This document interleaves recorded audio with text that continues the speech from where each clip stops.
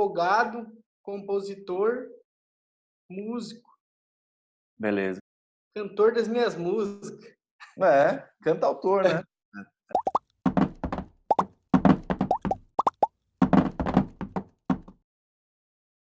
Oi, gente, eu sou Wagner Barbosa, do Voz de Construção, e a gente vai começar uma série de entrevistas. Eu queria começar essa série de entrevistas com esse meu amigo, que é compositor, cantor das próprias canções, como ele fala, né? Cantautor, então, e também advogado de direitos autorais. É isso? Sim, sim. A gente tem isso de esse amor pela música, né? Desde muito cedo, né? E pela música eu acabei entrando no direito autoral, né? Primeiro para registrar minhas próprias composições, né? E depois acompanhando a evolução que o direito autoral está tendo nos últimos 15, 20 anos, né? Bem de perto, né? E hoje se tornou minha profissão aí, toma quase o meu dia todo. Que legal. E a gente conversou um outro dia, né, que você tem muitas canções, né? Você tem várias canções não lançadas, um monte de coisa, né? Sim, hoje eu tenho em torno de 80 a 100 canções.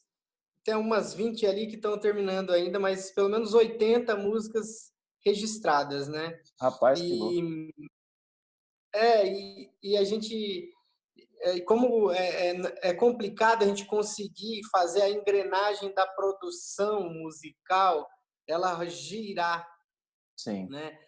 Então, muitas dessas músicas ainda não foram lançadas, tem algumas músicas que já foram gravadas por outros artistas, né? Mas tem muita coisa para sair aí, que eu tenho essa meta de organizar essas composições em gravações, em fonogramas. A gente até está trabalhando para isso, né? E aí quem está produzindo com você esse material é o Rafo, né? O Rafo Coelho, não é? Ah, legal pra Isso. caramba. Legal pra O caramba. Rafael Coelho aí é nosso parceiro de muito tempo, ele é de Campo Grande também, né? Então nos Uhum. conhecemos já na nossa juventude, no mesmo movimento musical, né? Aham. Onde vários compositores e vários músicos, né, se reuniram e, por ironia do destino, a maioria desses compositores hoje estão todos em São Paulo. Ah, mas São Paulo tem essa coisa de agregar todo mundo, né? Meio que todo mundo se concentra para depois espalhar de novo a música, né? Isso, É muito isso. louco. E agora essa galera de Campo Grande está se concentrando aqui em São Paulo e já começou a rolar alguns eventos. A galera está se reunindo para mostrar aqui em São Paulo as características das nossas composições lá no Mato Grosso do Sul, né? Sim. Tá falando que você nasceu em Dourados, é isso? Isso. Nasci em Dourados, que é próximo à divisa com o Paraguai, ali uma cidade inteiramente cercada por nações indígenas que hoje se encontram sob ataque, e Eita. essas nações, Guarani e Kaiowá, estão em constante retomada de terra. Uhum. Né? É uma coisa que no Mato Grosso do Sul, uma questão que é muito latente no dia a dia, e Sim. Dourados a gente pode dizer que é o coração, é o epicentro, né, Uhum. dessas disputas, nessa disputa indígena e agrária. Sim. E deixa eu te perguntar, você falou que você tinha falado para mim que você só nasceu lá, né? Mas uma curiosidade mesmo, você tem alguma influência de algum jeito da cultura indígena no seu jeito de ser ou na sua composição, na sua canção ou não? Olha, lá Você no teve Mato Grosso perto, do Sul, assim?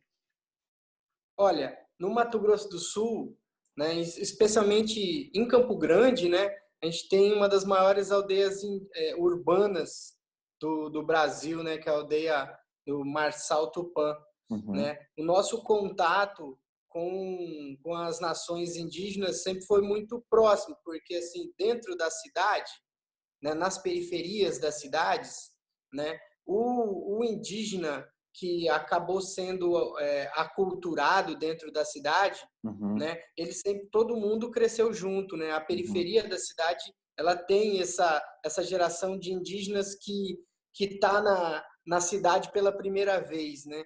Isso aí a gente teve na nossa infância, tanto quando saía para procurar rio, cachoeira, né? Aprendemos muita coisa com eles, como comer no meio do mato, aonde tem água no meio das plantas, né? Como beber a água, né? Isso aí a gente tem sempre desde pequeno, tanto em Campo Grande, né? Como em cidades como Bonito, como Sim, Jardim, né? sim. Que tem, eu mesmo assim conheci Bonito com os nativos, né? Ah, que legal. Então tive esse privilégio aí de ter esse convívio e receber um pouco dessa cultura indígena, né? Aí, isso eu acho, né? Eu imagino que já tem a prova disso, que isso influencia o jeito que a gente faz tudo, né? Influencia o jeito que a gente lida com as pessoas, o jeito que a gente... E claro, se a gente vai compor, se a gente vai escrever, ou, né? Mesmo numa carreira de advogado que você tem que lidar com outras pessoas, esse tipo de experiência, ainda mais quando a gente é pequenininho, né? Ah, Muda, né? Você acha, velho? Você concorda ou não? isso, eu concordo, né? Uma das coisas que a gente aprendeu bastante com os indígenas, é, o indígena ele nunca vai propor a pauta da reunião, ele sempre vai definir a reunião junto com você na hora da reunião. Não, que louco. Então, você começa por essas pequenas demonstrações de respeito, né? Sobre o que vai ser conversado e honestamente Uhum. conversado, a gente começa a moldar também e entender, né? Porque isso aí não é muito da nossa civilização, da nossa organização como sociedade, né? Sim, olha que E, louco. e dentre isso, várias outras atividades, né? E várias outras posturas, né? Que a gente acaba trazendo, né? Dos indígenas. Sim, nossa, muito legal, muito legal. Bom, depois eu vou colocar o link aqui para o pessoal que quiser conhecer também suas canções, suas músicas já lançadas e eventualmente alguma que você vai lançar por aí, né? Agora deixa eu te perguntar umas coisinhas mais técnicas sobre aquele assunto que você também é especialista, né? Que nos interessa tanto para todos os cantores, sejam amadores ou profissionais, né? Que é o direito autoral, né? Por exemplo, começar com uma pergunta que sempre me fazem, que é: o que é plágio? O que é considerado plágio? E, por exemplo, se eu compuser uma música que é parecida, como isso se consideraria plágio ou não?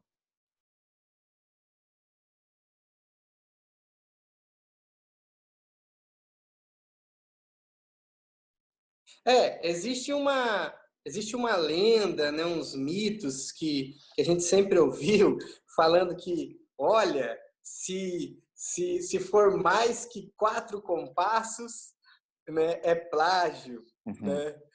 Se for, se for tantos segundos da música, é plágio. Se tiver a melodia... Na verdade, para caracterizar plágio, né, tem que ser feito um estudo, uma auditoria, né, Uhum. e fazer uma análise de diversos aspectos para você Uhum. conseguir declarar se é plágio ou não, né? Porque você pode ter várias similaridades melódicas, Uhum. né? Pode ter várias similaridades na parte da letra, né? Uhum. E harmonicamente. Então, às vezes já vi casos de melodias muito próximas não serem consideradas plágio por causa dessa análise estrutural, essa análise completa, não apenas, né, da melodia em si, né? É Uhum. lógico que se a melodia for a mesma, se repetir, né, a gente tem casos, né, um caso que é como a gente vive num país onde sofre as mesmas influências, às vezes você tem certos estilos que têm certos clichês, Sim. né? Então, quando você se depara com alguma repetição desse clichê, você pode vir a falar, olha, mas isso é plágio, você entendeu? Só que aquele clichê colocado num outro composto, numa outra composição harmônica, né, numa outra estrutura rítmica, também diferencia, Sim. né? sim, Então a gente tem que tomar muito cuidado em não caracterizar o clichê como plágio, sim, sim, ótimo. né? Porque quando você fala do clichê, você vai colocar ali em 4 compassos, às vezes 8 Sim. compassos. Uhum. Mas é um clichê do estilo, é um clichê do ritmo, né? Se você, se você analisar, se você analisar por esses aspectos, tem que ter muito cuidado quando a gente for falar assim, olha, tá plagiando, né? Sim. Tem que analisar bem, né? Teve, teve uma vez que me disseram o seguinte, na época uma pessoa que estava envolvida com estudo dos direitos autorais, a pessoa falou que caracterizaria plágio, por exemplo, aí você me corrigir se estiver errado, tá? Se houver a intenção de utilizar, por exemplo, a fama de uma canção para benefício próprio, né? Ou seja, eu copiar uma parte de uma Sim, canção que traga mais ouvintes para mim por causa dessa cópia ou por causa isso, dessa isso, influência. isso. Esse pensamento é um pensamento que é analisado conjunturalmente, Tá, né? entendi. Então, quando você analisa aí você, quando ocorre esse tipo de coisa, ocorre a dupla punição, porque é reconhecido no plágio a vontade de obter levantamento financeiro e benefício financeiro utilizando de uma obra já composta, né, e negando a autoria dessa obra. Com Ah, certeza, entendi. aí já é mais uma caracterização e aí já entra uma cláusula de multa, né, no direito autoral, quando o dano moral ocorre, né, ele ocorre também em duplicidade. Então, Entendi. quem recebeu o dano vai receber duas vezes, né? Uma pelo dano material e outra pela má fé. Ah, entendi. Curioso. Bom, então acho que isso já dá uma boa solucionada para a gente. Aí, deixa eu te perguntar, porque eu sei que você está trabalhando com é, novidades dentro do direito autoral, né? Em relação ao jeito de expor as canções, a internet e tudo mais. E aí tem muita gente que me pergunta também, por exemplo, se a pessoa faz covers, né? Que é tão famoso hoje em dia, né? Só grava uma canção e coloca no YouTube, né? Ou quer colocar de repente em outras plataformas, né? Aí eu já sei porque eu já fiz para mim mesmo, né? Que se você vai fazer, por exemplo, colocar no Spotify, colocar no Deezer, colocar no Apple Music e tal, você tem que ter uma autorização que é conseguida, né, com o compositor ou com a editora, né, que representa o compositor. Mas no caso por exemplo, no Instagram e no YouTube, que a pessoa pode simplesmente gravar e colocar lá, tem alguma preocupação que a pessoa precisa ter, alguma coisa que ela tem que se precaver, ou ela coloca lá e aí depois vê o que acontece? Como é que faz? Olha, tanto no YouTube como no Instagram, quando você sobe uma música de autoria de outro compositor, Uhum. em pouco tempo, se você prestar atenção, na maioria dos casos, vem uma notificação de direito autoral para você, dizendo que aquela música reivindicando os direitos daquela música. Uhum. Então, o que acontece? Você tendo esse cover no seu canal do YouTube, por exemplo, se você chegar a um estágio de monetização desse trabalho, os direitos autorais já vão ser recolhidos diretamente para o compositor. Porque Ah, que geralmente legal. geralmente a distribuidora, CD Baby, OneRPM e outras distribuidoras, elas já detectam dentro do YouTube. Uhum. Então, quando ela detecta, ela já direciona para o compositor. E se você, por acaso, estiver utilizando parte desse cover como um remix, né, dentro de alguma outra canção, eles também vão. Aí é o caso que eles derrubam a música porque você criou um outro fonograma com, com uma outra canção sem a liberação. Ah, entendi. Né? Deixa eu ver se eu entendi, só para quem está vendo também entender. Por exemplo, se eu gravar uma canção minha, né? Aí eu pegar, sei lá, uma canção, sei lá, um trechinho de uma canção qualquer, do Michael Jackson, por exemplo, usar um trechinho dessa canção dentro da minha canção, aí eles podem Derrubar. derrubar o vídeo, podem bloquear meu Vai vídeo, é derrubar. isso? Você tem que ter a liberação. Todos os samplers que você tiver na sua música tem que ter liberação. Não, não tem aquele negócio, 1 segundo, 2 segundos, tem que ter liberação. Sim. E aí, para conseguir essa liberação, a pessoa tem que procurar a editora que Então, gravou a canção, como é? e tem dois caminhos, né? Porque tem que deixar bem dividido, né? Uma coisa é o direito autoral. Se você só quer a liberação do direito autoral para você fazer uma gravação, você tem que conversar apenas com a parte representante dos direitos autorais do compositor, que Uhum. em algumas vezes não é a gravadora, não é a própria editora, é um familiar ou algum outro escritório Tá. que vai responder por isso. Mas se você quiser utilizar aquele fonograma daquele disco de 1970 do fulano de tal, aí você vai precisar liberação do autoral e também a liberação da gravadora dona dos direitos patrimoniais daquele fonograma de 1970. Tá. Deixa eu repetir aqui. Desculpa, é só para ver se eu entendi também. É, então a gente está pensando em coisas separadas, né? Por exemplo, se eu quero gravar uma canção, sei lá, quero gravar uma canção do Gilberto Gil. Aí eu preciso da Autoral. liberação do autoral, ou seja, do Gilberto Gil ou de quem coordena isso para ele, quem cuida disso para ele, Isso, né? Agora, isso. caso 2. Vamos pensar que eu quero usar no meu disco um trechinho de uma música gravada, ou seja, de uma música já pronta, já gravada. Eu quero usar um Sim. trechinho dela. Aí eu tenho que procurar quem é o dono desse fonograma, ou seja, quem é o dono dessa Isso, gravação. É isso? isso. E Ah, quem é o dono? Aí, por exemplo, era da Polygram. Quem que é o detentor dos direitos da Polygram hoje? A Universal. Então é na Universal. sim. Aí você vai ter que pegar as duas liberações, o autoral Uhum. e a liberação do fonograma. Ah, que doido. Isso é muito bom. É, Eu acho que tem muita gente que não sabe disso. Às vezes sai é, colocando um trechinho da música ali, arriscando, né? Porque de repente a música pode nem ser lançada, né? em muitos casos cai, né? Quando hoje tem os boots, né? As gravadoras tem boots e elas rodam esses boots para encontrar trechos e contrabaixos. Eu já tive cliente que comprou uma música, um beat, né?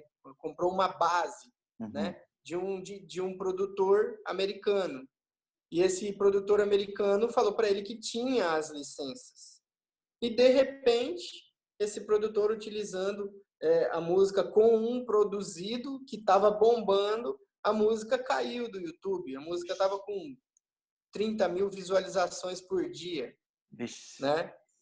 Então, aí foi correr atrás, foi ver o que foi a linha de contrabaixo utilizado na segunda parte da música, no sample tal, não tinha liberação. Aí Aí, perdeu. daí derrubaram o vídeo e o produtor americano se desculpou, porque não tinha a liberação, né? Indenizou e Sim. pediu desculpa. Não, se desculpou nessa hora é complicado, né? O artista lá com a música rodando com 30 mil views por dia. Então, complicado. Nessas horas não tem que fazer o negócio direito, porque depois, né, no direito autoral principalmente, quando esse tipo de coisa acontece, é caso perdido, certo? Sim, Na certa. sim, sim. Bom demais. E tem alguma dica geral que você tenha para dar assim, para as pessoas em relação ao direito autoral? Tem gente que fala assim, como é que eu protejo minha música? Compus, eu, né, queria proteger essa Isso. música. Tem alguma dica rápida que você possa Ó, dar?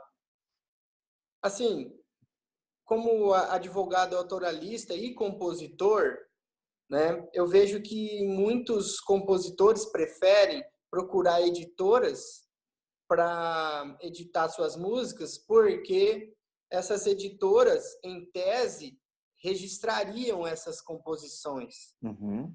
Só que hoje no Brasil existe muita editora arquivando em seus arquivos essas composições, gerando provas das mais variadas formas, né? Mas não gerando a prova que importa processualmente, que é o registro diretamente na Biblioteca Nacional.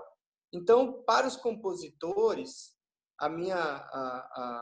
meu posicionamento sobre isso, uma dica, é que registre as suas músicas na Biblioteca Nacional.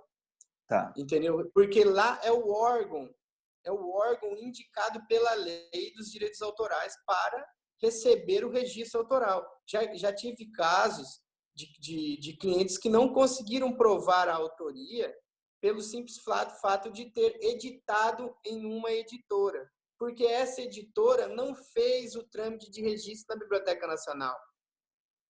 E processualmente existem juízes das diversas e variadas cabeças, que a gente diz. Uhum. Né? Tem juiz que é positivista. Ele olhou lá, está escrito registro na Biblioteca Nacional. Não é obrigatório o registro, mas o local adequado para se fazer isso, de acordo com a lei, é a Biblioteca Nacional. Uhum.